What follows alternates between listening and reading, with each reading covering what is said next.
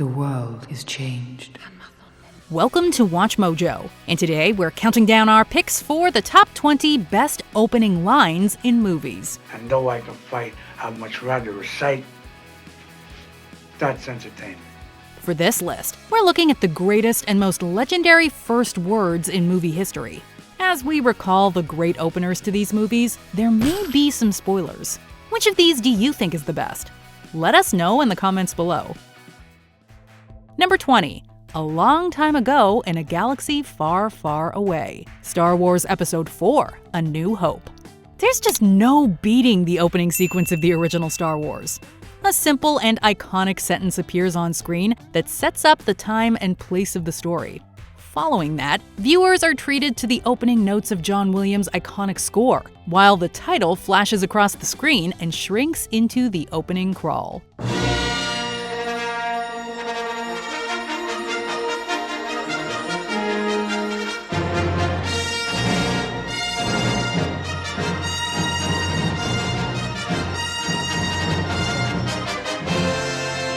Instant chills. While not spoken by a character, the opening text nevertheless remains one of the most classic lines in movie history. Never before or since has an expositional bit of text been so mysterious and so captivating. It instantly hooks viewers into the story and immediately gets the imagination flowing, which is obviously necessary for the otherworldly events to follow. This is how you start a movie. Number 19. I don't want to be a product of my environment. The Departed. I don't want to be a product of my environment. I want my environment to be a product of me. Martin Scorsese has a penchant for opening his movies with killer lines. His opening words for The Departed continue this strong trend thanks to a killer performance from Jack Nicholson. He plays gangster Frank Costello and starts the film by speaking about his influence in the Irish mob of South Boston. The opening summarizes Frank's entire character in a few short but effective words, portraying him as both a powerful man and enormously influential within his neighborhood. No one gives it to you. You have to take it. When Nicholson's growly and intimidating affectation is combined with effective writing, you get a very tantalizing way to introduce a mob boss. Number 18. Between the time when the oceans drank Atlantis. Conan the Barbarian. Between the time when the oceans drank Atlantis and the rise of the sons of Arius, there was an age undreamed of. And unto this, Conan, destined to bear the jeweled crown of Aquilonia upon a troubled brow. Fantasy and science fiction movies really know how to attract an audience's attention. Arnold Schwarzenegger's star-making turn as Conan the Barbarian begins with interesting allusions to fictional history. Atlantis is the allegorical island famously mentioned by Plato, and the Sons of Arius is a group made specifically for Conan. These references help establish the movie's fantastical setting and tone, while getting viewers ready for all the imaginative events to follow.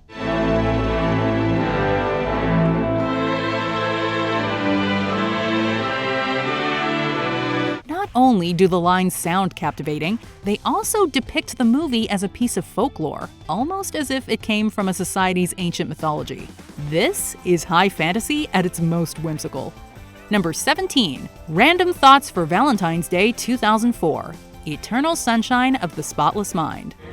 Random Thoughts for Valentine's Day 2004. Today is a holiday invented by greeting card companies to make people feel like crap. It's fitting that an offbeat romantic movie opens in such a downbeat way. Eternal Sunshine of the Spotless Mind chronicles the ups and downs of a relationship and the literal erasure of good memories. Please let me keep this memory. Just this one. While it can be a little morose, this film also offers brilliant commentary on the cyclical nature of troubled romantic relationships. And what better way to introduce protagonist Joel than by depicting him as a downbeat cynic? It's clear he hates the concept of Valentine's Day because it makes him feel incredibly lonely. The dialogue is aided by Jim Carrey's sullen line delivery, the quiet piano notes, and pale color palette. This great marriage between writing and filmmaking perfectly captures a character and a world devoid of life. Number 16. Yes, this is Sunset Boulevard, Los Angeles, California. Sunset Boulevard. Yes, this is Sunset Boulevard, Los Angeles, California. It's about 5 o'clock in the morning. That's the Homicide Squad, complete with detectives and newspapermen. This opening line is one of the greatest tone and theme setters in movie history. Sunset Boulevard has a near mythical quality to it. It is a historic street that runs through Beverly Hills and Hollywood with lots of money and has held an intrinsic connection to the movie industry. This sense of glamour was even more apparent in the 40s and 50s, when Hollywood was experiencing a golden age. Only asking, I didn't know you were planning a comeback. I hate that word. It's a return. A return to the millions of people who've never forgiven me for deserting the screen. And yet here it is, with police responding to a violent crime that occurred in a mansion. It immediately subverts the elegant allure of Sunset Boulevard and the surrounding area, depicting it with a seedy underbelly. It's a fantastic way to open a film noir that aims to undermine the seductive appeal of Hollywood. Number 15. The World is Changed. The Lord of the Rings. The Fellowship of the Ring. The world is changed. I feel it in the water. I feel it in the earth. Screenwriters Fran Walsh, Philippa Boyens, and Peter Jackson accomplished an incredible and challenging task when they adapted The Lord of the Rings. They took various lines from Tolkien's novels, including this opening statement, and changed who said them and at what time. You are Isildur's heir, not Isildur himself. You are not bound to his fate. This particular opening line can be found in The Return of the King and is spoken by Treebeard while he's saying his farewells to Galadriel.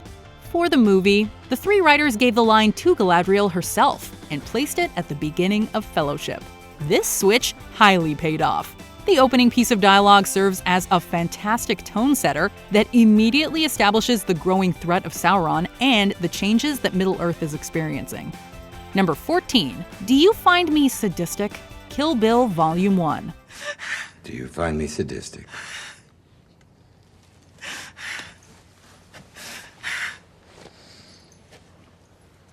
You know, I'll bet I could fry an egg on your head right now, if I wanted to. Quentin Tarantino quickly earned a reputation as a rather violent filmmaker, and his movies have garnered large amounts of controversy for their content. Kill Bill's focus on over-the-top samurai action that harkened back to exploitative grindhouse cinema looked to be the most brutal one yet. So, what better way to open this movie than by addressing the violent content outright? This line not only serves as a horrifying introduction to Bill, it also acts as a meta line of sorts, almost as if Tarantino himself is asking the audience if they find him and his films sadistic. And by addressing the violent content outright, it allows viewers to prepare for the brutal events and images that will follow.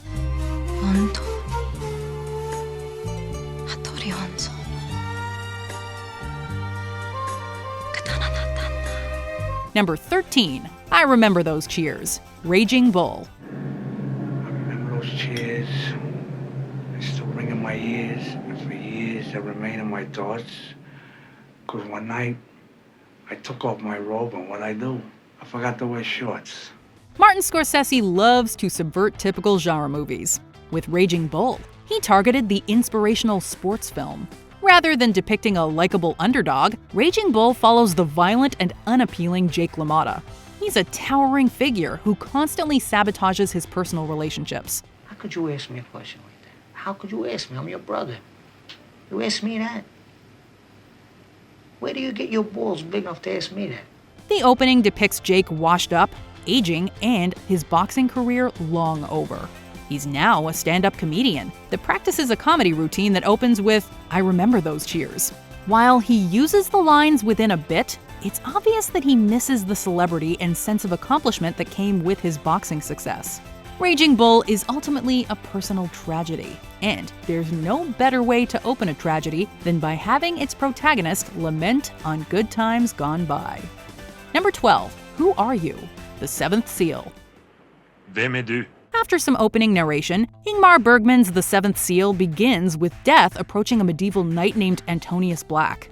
To audiences, Death appears quite scary, silently standing on the beach with a creepy pale countenance.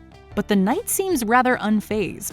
When questioned, the mysterious man frankly responds, "I am deaf." Jeg døden. It's a simple yet incredibly effective way to open a movie. The blunt answer from death depicts it as a fearless encounter.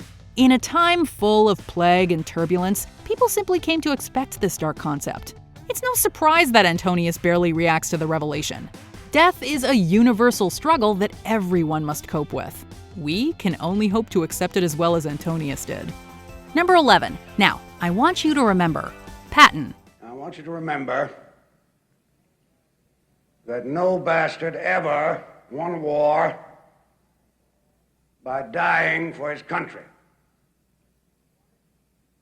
He won it by making the other poor dumb bastard die for his country. Often regarded as one of the best war films ever made, Patton begins in magnificent fashion. General Patton appears in front of a massive American flag as images of his numerous medals flash across the screen, and he's accompanied by celebratory fanfare.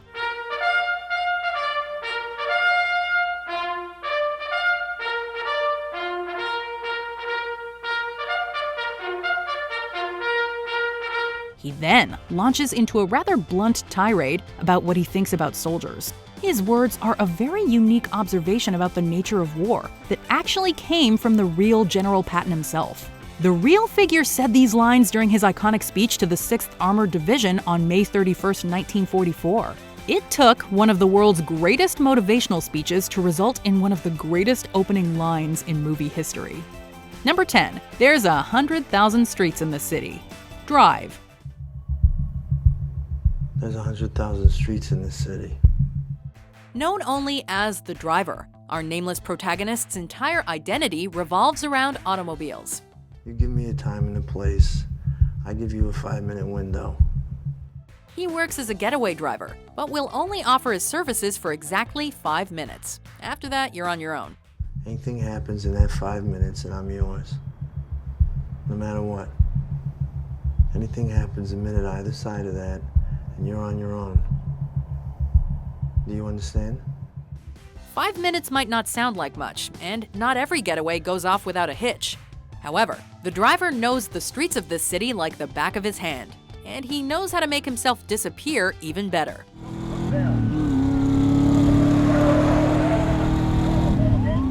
Reminiscent of a film noir anti-hero, the driver's opening lines say so much about his emotionally detached character while also saying so little, which is only appropriate for a man of few words. And you won't be able to reach me on this phone again.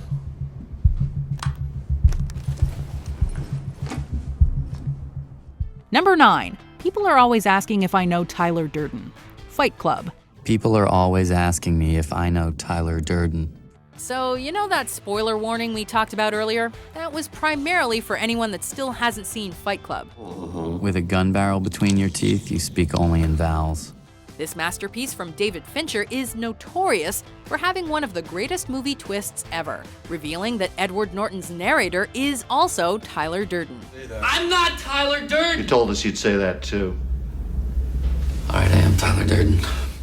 What's so ironic about this twist is that the narrator basically gives it away with his very first line. Throughout the entire movie, however, the audience is completely oblivious. I know this because Tyler knows this. It isn't until you watch Fight Club a second time that you catch this ingenious foreshadowing, which makes you appreciate the film even more. We have front row seats for this theater of mass destruction. Number 8. Choose life. Trainspotting. Choose life. Choose a job. Choose a career. Choose a family. Mark Rentboy Renton has built his life around the illegal substances he relies so heavily on. However, the movie opens with him finally ready to choose another path in life away from his vices. As Renton states in the poetic opening of Trainspotting, there are so many things one can choose. A job, a career, a family, the list goes on and on. Above all else, Renton encourages his audience to choose life. I'm looking forward to it already. I'm going to be just like you. But we learn it won't be an easy journey for him. Although life offers many wonderful things to Renton, it's hard for him to overcome his past demons. Number 7. We were somewhere around Barstow. Fear and Loathing in Las Vegas. We were somewhere around Barstow, on the edge of the desert, when the drugs began to take hold. Fear and Loathing in Las Vegas plays like one big acid trip. I remember saying something like, I feel a bit lightheaded. Maybe you should drive. It's only appropriate that Raoul Duke's story begins just as his substances begin to take hold. Suddenly, there was a terrible roar all around us, and the sky was full of what looked like huge bats, all swooping and screeching and diving around the car. From the second our main characters reach the edge of the desert, the film takes a nosedive into madness and never lets up. 30 minutes. It was going to be very close. In addition to perfectly setting the stage, this opening also captures the essence of our narrator. Duke is constantly making observations and talking as if he's typing a novel in his head. There is nothing in the world more helpless and irresponsible and depraved than a man in the depths of an ether binge. And I knew we'd get into that rotten stuff pretty soon. Of course, most of his rants are completely ludicrous and could only come from a totally whacked out mind. Our energy would simply prevail. We had all the momentum. We were riding the crest of a high and beautiful wave. Number 6. I Am Gunnery Sergeant Hartman. Full Metal Jacket. I am Gunnery Sergeant Hartman, your senior drill instructor. Few directors know how to open a movie better than Stanley Kubrick. Alex's first monologue from A Clockwork Orange continues to give us chills to this day. However, we've decided to single out Gunnery Sergeant Hartman's exhilarating introductory speech from Full Metal Jacket. Here you are all equally worthless, and my orders are to weed out all non-hackers who do not pack the gear to serve in my beloved corps. This film immediately throws the audience into basic military training, which can feel just as hellish as actual combat when you have a ruthless drill sergeant barking orders. You're the lowest form of life on Earth. Hartman is an unrelenting force that never stops insulting his cadets. How tall are you, Private? Sir, 5'9", sir! 5'9", I didn't know they stacked shit that high. From the second he opens his mouth, it's clear he'll eventually push one of these young maggots over the edge. Sir, no, sir! Then wipe that disgusting grin off your face. Sir, yes, sir! Number 5. What came first, the music or the misery? High Fidelity. What came first? The music or the misery? Although pop music is often viewed as peppy and fun, a majority of the genre's songs are surprisingly about heartbreak, rejection, pain, misery, and loss. People worry about kids playing with guns or watching violent videos, that some sort of culture of violence will take them over. Nobody worries about kids listening to thousands, literally thousands of songs about heartbreak, rejection, pain, misery, and loss. So why do we keep listening to them? Is pop music the root of all our misery, or do we listen to pop music because we're miserable? These are the questions Rob Gordon mulls over at the beginning of High Fidelity. You don't have to go this second. You can stay until whenever. With a love life that plays like a broken record, Rob contemplates if sad music can be even more harmful than toy guns and violent movies. In any case, Rob could definitely use a sunnier mixtape. Did I listen to pop music because I was miserable? Or was I miserable because I listened to pop music? Number 4. I was 12 going on 13. Stand By Me. I was 12 going on 13 the first time I saw a dead human being. Stand By Me is all about the life-changing moment that kicks off a unique coming-of-age story. For Gordy LaChance, his life changed when he first saw a deceased human being. The opening of the film finds an older Gordy looking back on his friendships and the journey that changed his life forever. I was living in a small town in Oregon called Castle Rock. There were only 1,281 people, but to me, it was the whole world. Aside from hooking the audience in, this opening line highlights the bittersweet sense of nostalgia that makes us long for a simpler time. It happens sometimes. Friends come in and out of your life like busboys in a restaurant. Time goes by fast and is easy to take for granted. As Gordy completes his memoir, though, he remembers the importance of looking ahead to the future. I'm never gonna get out of this town, am I, Gordy? You can do anything you want, man. Number 3. I Believe in America. The Godfather. I believe in America. America has made my fortune. And I raised my daughter in the American fashion. We're all taught to believe in the American dream. The sad truth, though, is that sometimes the American dream lets us down, and the only way to get justice is by seeking out somebody like Don Vito Corleone. And those two bastards, they smiled at me. Then I said to my wife, for justice, we must go to Don Corleone. The masterful opening of the movie sees Vito being asked by a man to get revenge against violent criminals who mistreated his daughter. I'll give you anything you ask. We've known each other many years, but this is the first time you ever came to me for counsel, for help. The Godfather ultimately agrees to deal out justice and go after the evil perpetrators. As Vito gives his enforcer instructions, we're forced to contemplate a tough question. Is he keeping the American dream alive, or is he why the American dream is dead? I'm unreliable people that aren't going to be carried away. Number 2. As far back as I can remember, I always wanted to be a gangster. Goodfellas. As far back as I can remember, I always wanted to be a gangster. Some boys dream of being president, but Henry Hill always wanted to be a gangster. This line sums up Henry in a nutshell. To me, being a gangster was better than being president of the United States. Like many of the other characters in Goodfellas, he is a selfish villain. He does whatever he wants and takes whatever he wants, with little regard for those that get caught in the crossfire. For most of the guys, killing's got to be accepted. Murder was the only way that everybody stayed in line. You got out of line, you got whacked. Everybody knew the rules. In Henry's mind, being a gangster means to own the world. It was there that I knew that I belonged. And to me, it meant being somebody in a neighborhood that was full of nobody. Henry does indeed achieve all the power and wealth he ever dreamed of. That is, until his inevitable downfall. I'm an average nobody. Get to live the rest of my life like a schnook. Even then, Henry's just glad that he got a taste of the gangster lifestyle, and he wouldn't change a thing. See, the hardest thing for me was leaving the life. I still love the life. Before we unveil our top pick, here are some honorable mentions. Saturday, March 24th, 1984, The Breakfast Club. Immediately establishes the setting and the rebellious tone of the characters. Saturday, March 24th, 1984.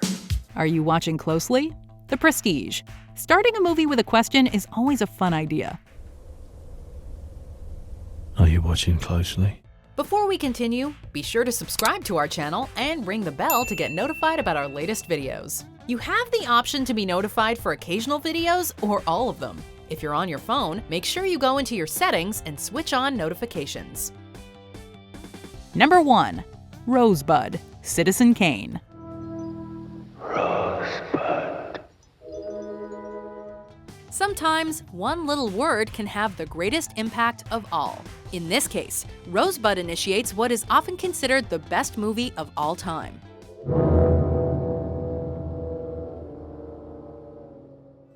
Charles Foster Kane's dying word. Rosebud sends a reporter on an investigation to uncover its true meaning. When Charles Foster Kane died, he said just one word. Rosebud. Not only said a tough guy, huh? Yes, Rosebud. Guys calling just for that Rosebud. one word.